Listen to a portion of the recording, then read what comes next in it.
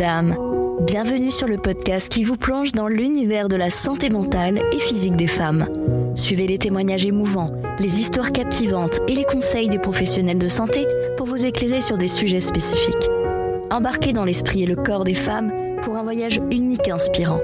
État d'âme, chaque femme est unique, mais certains parcours de santé s'entremêlent. Vous découvrirez tous les états d'âme, les émotions dont ces guerrières, ces combattantes, ces femmes exceptionnelles ont eu à affronter. Un podcast de Stéphanie Jarry.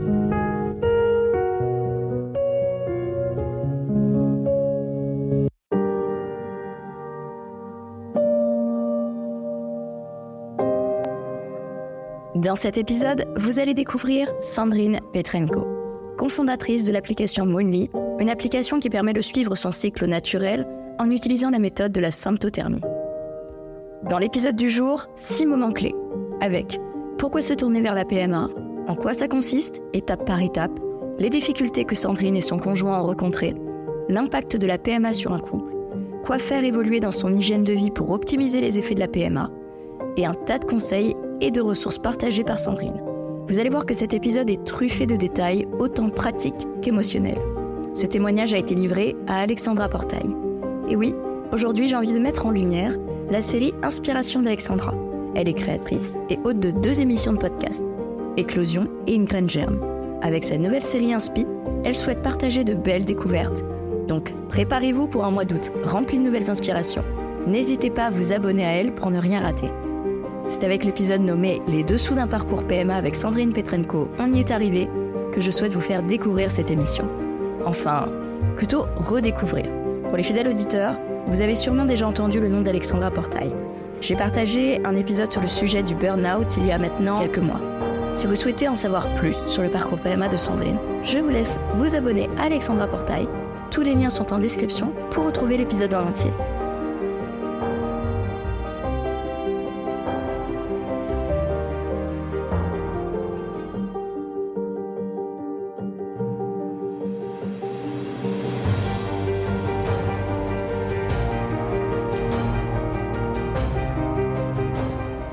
Je savais dans quelle phase j'ovulais, quand est-ce que mon ovulation se préparait et comment mon corps réagit. Donc au niveau des quand avoir les rapports et tout ça, c'était assez clair. Et l'observation du cycle, c'est pas seulement savoir quand est-ce qu'on ovule, c'est aussi avoir des indices sur sa santé.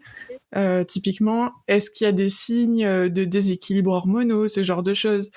Donc ça peut être avec des symptômes, ça peut être avec les phases du cycle qui sont plus ou moins courtes, ça peut être avec par exemple des tentatives d'ovulation répétées, enfin ce genre de choses. Et en fait tout ça on peut le voir quand on observe son cycle. Et moi pour le coup j'avais des cycles relativement réguliers. Bon, de temps en temps il y en avait un qui capotait un peu, mais voilà, c'était exceptionnel. Et puis j'avais toujours la raison de pourquoi ça avait capoté, parce qu'il y avait eu un événement extérieur qui avait fait que. Et puis j'avais alors ce qui est assez important quand on est en conception, c'est la phase lutéale. Donc c'est la phase après l'ovulation, et il faut qu'elle soit suffisamment longue pour que l'embryon ait le temps en fait de venir s'accrocher avant que potentiellement il y ait les règles. Parce que si les règles arrivent trop tôt, l'embryon n'a pas le temps d'aller s'implanter dans la paroi utérine, en fait. Et donc ça, c'est des indices qu'on doit connaître. Donc moi, typiquement, j'avais une phase de 13 jours. En moyenne, il faut normalement être entre 11 et 16 jours pour pouvoir avoir une implantation correcte. Donc voilà, j'avais pas d'indice particulier qui me mettait la puce à l'oreille comme quoi il y avait un problème. Après, à côté de ça, on dit toujours en symptothermie que au bout de 6 cycles, on a 90% de chances de grossesse quand on observe ces cycles en symptothermie, bien sûr. Et moi, ça faisait déjà pas loin d'1 an et demi qu'on essayait. Donc au début, c'est quand même dur de se dire il faut aller voir la médecine et tout, se poser des questions.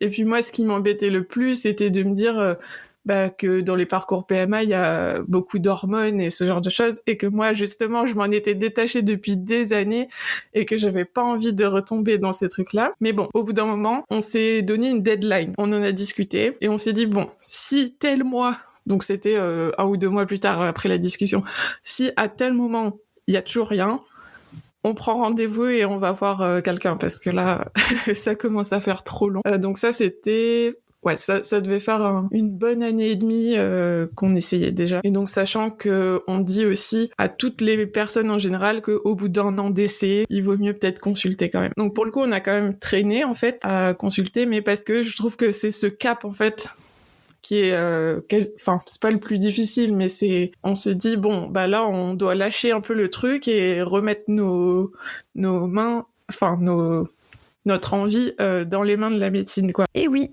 comme je le disais en début d'épisode, si vous souhaitez savoir la suite, cliquez sur le lien en description. À bientôt pour un prochain épisode sur État d'âme. Prenez soin de vous.